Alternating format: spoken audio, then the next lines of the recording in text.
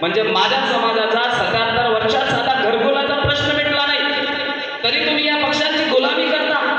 लोक दबून मरत आहेत. 77 वर्षात साधं घरकुल तुम्हाला मिळालं नाही, तरी तुम्ही यांना मतदान देता.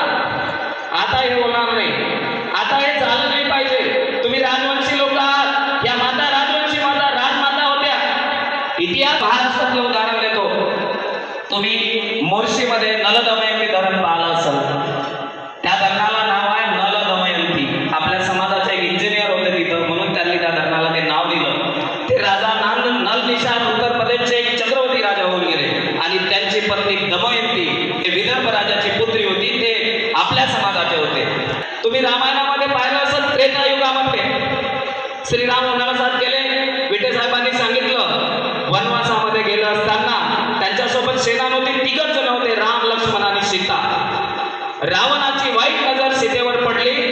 रावणाने सीताला पडवलं. सेना बिलकुल नव्हते. या निषाद राजानं, ज्याच्या वंशातून आपण जन्माला आलो, त्या निषाद राजानं आपली सेना देऊन सीतेला सोडून आणण्याचं काम केलं. ती सगळीची सगळी वानर सेना आपल्या समाजाची होती.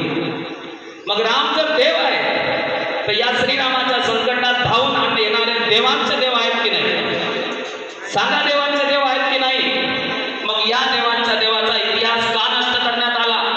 तुम्ही सकाळपासून संध्याकाळपर्यंत राम राम म्हणता. जो भेटला त्याला राम राम म्हणता.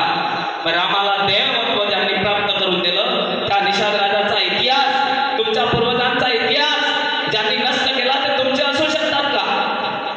म्हणून आपण थोडं जागरूक झालो पाहिजे. आपण आपला गौरवशाली इतिहास, सगळ्या समाजाला, या देशामध्ये 6743 जाती आहे, पण जेव्हा निषादांची सत्ता, या भोईराजांची सत्ता या देशात होती, तेव्हा जाती बिलकुल नव्हत्या. सगळेचे सगळे निषाद होते. भोई हे नाव तर आपल्याला इंग्रजांनी दिलं. मी पुस्तकात वाचलं. मुघलांच्या काळाच्या अगोदर भोई हा शब्द नव्हता, असं मी वाचलं आहे. मग आपण सगळे एक आहोत, एका रक्ताचे आहोत. तुम्ही कितीही मोठे